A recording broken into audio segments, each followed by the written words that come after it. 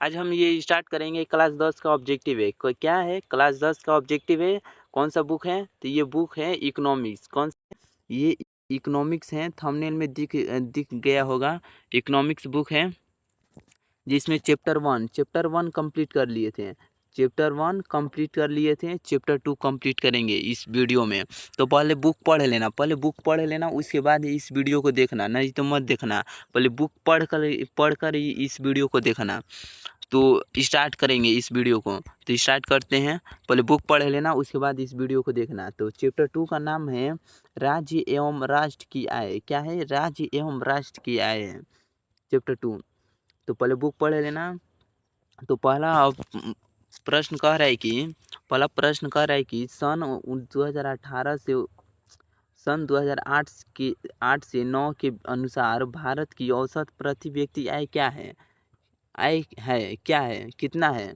8 से 9 के बीच में अनुसार भारत की औसत आय तो वो है कितना है? तो 25 कितना है? 25,494 रुपये। कितना है? 25,494 रुपया। बी नंबर इसका आंसर होगा। दूसरा प्रश्न कह रहा है कि स्वतंत्रता पूर्व भारतीय अर्थव्यवस्था थी, क्या थी? स्वतंत्रता पूर्व भारतीय अर्थव्यवस्था थी, क्या थी? तो वो थी कृषि प्रधान। क्या थी? कृषि प्रधान। ए नंबर इसका आंसर होगा। तीसरा प्रश्न कह रहा है कि फूट डालो और राज करो। फूट डालो और राज करो की नीति अपनाई, किसने अपनाई? फूट डालो और राज करो की नीति अपनाई, किसने अपनाई? तो वो अपनाई अंग्रेजों ने। किसने? अंग्रेजों ने अपनाई थी ये। चौथा नंबर प्रश्न कर रहा है कि अर्थव्यवस्था के प्रकार होते हैं, कितने होते हैं? अर्थव्यवस्था के प्रकार कितने होते हैं? तो 3 होते हैं। कितने? 3 होते हैं। पांचवा प्रश्न कह रहा है कि अंग्रेजों ने भारतीय अर्थव्यवस्था का क्या किया? तो दोहन किया और शोषण किया। भारतीय अर्थव्यवस्था को क्या किया? तो शोषण किया और दोहन किया, दोनों। यानी डी नंबर होगा। ए और सी होगा। ए और सी दोनों होगा। तो 6 नंबर प्रश्न कह रहा है कि 6 नंबर कि आज़ादी के बाद भारत में प्राथमिक क्षेत्र का योगदान है। आज़ादी के बाद भारत में प्राथमिक क्षेत्र का योगदान है, क्या है? तो घटता गया। आज़ादी के बाद भारत में प्राथमिक क्षेत्र का योगदान घटता गया, यानी सी नंबर इसका आंसर होगा। तो 7वां प्रश्न कह रहा है कि फास्ट बोलते चलो। फास्ट ही कंप्लीट करेंगे इस वीडियो में, जिससे टाइम की बचत होगा। दो दो पेज, जैसे एक चैप्टर में 10 पेज होगा ना, तो 10 पेज में 3 पेज पढ़ लेना। उसके बाद इस पार्ट 1 को देख लेना। इस पार्ट 1 को वीडियो को देख लेना, फिर उसके आगे पढ़ना। फिर पार्ट 2 में बनाएंगे, 20 ऑब्जेक्टिव कंप्लीट करेंगे उसमें भी पार्ट 2 में। उसको देख लेना, फिर पार्ट 3 में देख लेना। ऐसे ही छोटा छोटा करके कवर करेंगे, जिससे समझने और याद करने में आसानी होगा। तो 7वां प्रश्न कह रहा है कि बिहार के किस जिले का प्रति व्यक्ति आय सर्वाधिक है? बिहार के किस जिले में जिले का प्रति व्यक्ति आय सर्वाधिक है? तो वह है पटना। क्या है? पटना। ए नंबर इसका आंसर होगा। 8वां प्रश्न कह रहा है कि आर्थिक एवं मौद्रिक विकास एक दूसरे के हैं, क्या है? तो वो है पूरक। आर्थिक एवं मौद्रिक विकास एक दूसरे की क्या है? पूरक है, यानी ये नंबर इसका आंसर होगा। 9 नंबर प्रश्न कह रहा है कि 9 नंबर कि साहित्य की दृष्टि में विकास और बुद्धि में क्या अंतर है? हाँ, साहित्य की दृष्टि में विकास और वृद्धि में अंतर है।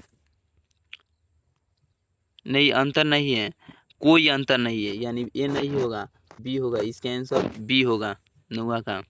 10वां प्रश्न कर रहा है कि सतत विकास है, क्या है? तो अपने तथा आने वाली संतति का केवल, यानी ए नंबर इसका आंसर होगा। 11वां नंबर प्रश्न कर रहा है कि आंसर बोलते चलो। प्रश्न बोल रहा हूँ, पीछे से आंसर बोलते चलो, रुको मत। 11वां प्रश्न कर रहा है कि आय एक परिश्रमिक है जिसे कोई अपने कार्य के बदले पाता है, क्या पाता है? तो वो पाता है उपयुक्त तीनों, यानी शारीरिक, मानसिक, बौद्धिक, यानी डी नंबर इसका आंसर होगा। 12 नंबर प्रश्न कह रहा है कि श्रम का परिश्रमिक है क्या है? श्रम का परिश्रमिक है क्या है? तो वो है मजदूरी। क्या है? मजदूरी। डी नंबर इसका आंसर होगा। 13 नंबर प्रश्न कह रहा है कि पूंजी का परिश्रमिक है। पूंजी का परिश्रमिक है तो पूंजी का परिश्रमिक है तो ब्याज है। क्या है? ब्याज है। सी नंबर इसका आंसर होगा। 14 नंबर प्रश्न कह रहा है कि भूमि का परिश्रमिक है तो भूमि का परिश्रमिक है तो आंसर बोलो क्या होगा? लगान होगा। ए नंबर इसका आंसर होगा। 15 नंबर प्रश्न कह रहा है कि गरीबी को जन्म देती है। गरीबी गरीबी को जन्म देती है, यह कथन किसका है? तो यह कथन किसका है? तो रैगनर नक्स को रैगनर नक्स का सी नंबर इसका आंसर होगा। थोड़ा बोलने में दिक्कत हो रहा है, माफ़ी चाहता हूँ। तो 16 नंबर प्रश्न कर रहा है कि विकसित राज्यों में ऊंची होती है। क्या होती है? विकसित राज्यों में ऊंची होती है। क्या होती है? तो वो होती है प्रति व्यक्ति आय। क्या होती है? प्रति व्यक्ति आय होती है ऊंची। 17 नंबर प्रश्न कर रहा है कि राष्ट्रीय आय के अंतर्गत शामिल है। राष्ट्रीय आय के अंतर्गत शामिल है क्या है? तो वो है वस्तुओं एवं सेवाओं का मूल्य। क्या है? वस्तुओं एवं सेवाओं का मूल्य है। बी नंबर इसका आंसर होगा।